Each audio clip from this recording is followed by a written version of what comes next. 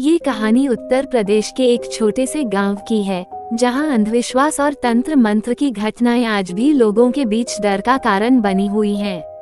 ये घटना 2008 की है, जब गांव की 24 वर्षीय युवती नंदिनी के साथ कुछ ऐसा हुआ जिसे वह कभी भूल नहीं सकती।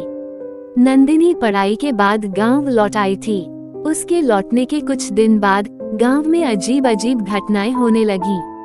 लोगों के मवेशी अचानक मर जाते, कुएं का पानी काला हो जाता और रात में अजीब आवाजें सुनाई देती। गांव के लोग मानते थे कि यह किसी के तंत्र मंत्र का काम है। गांव में एक तांत्रिक का आना हुआ, जिसने दावा किया कि वह इन सब का समाधान कर सकता है। लोग डरे हुए थे, इसलिए उन्होंने तांत्रिक की बात मानी। तांत्रिक ने बताया कि गांव में एक अभिशाप है और उसे दूर करने के लिए एक विशेष पूजा करनी होगी।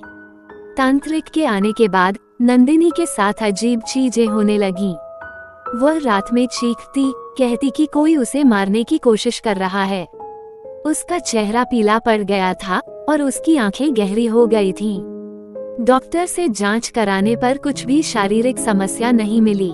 गांव वालों ने तांत्रिक से पूजा करने को कहा। तांत्रिक ने नंदिनी को उस पूजा के लिए चुना। रात को उसने नंदिनी को एक अजीब अनुष्ठान में शामिल किया। गांव का एक बुजुर्ग चुपके से अनुष्ठान देख रहा था।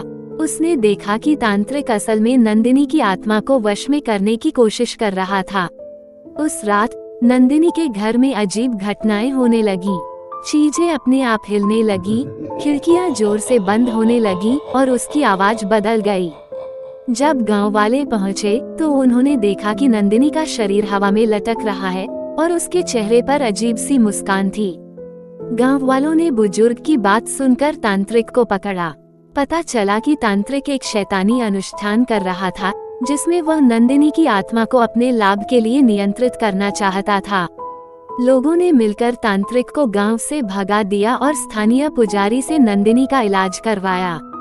नंदिनी धीरे धीरे ठीक हो गई, लेकिन आज भी जब उस घटना का जिक्र होता है तो वह कांप जाती है। गांव वालों ने तंत्र मंत्र पर विश्वास करना छोड़ दिया, लेकिन अंधेरी रातों में उस गांव की हवा आज भी रहस्यमय और डरावनी लगती है। ये घटना बताती है कि तंत्र मंत्र के डरावने खेल सिर्फ मानसिक नहीं, बल्कि वास्तविक भी हो सकते हैं।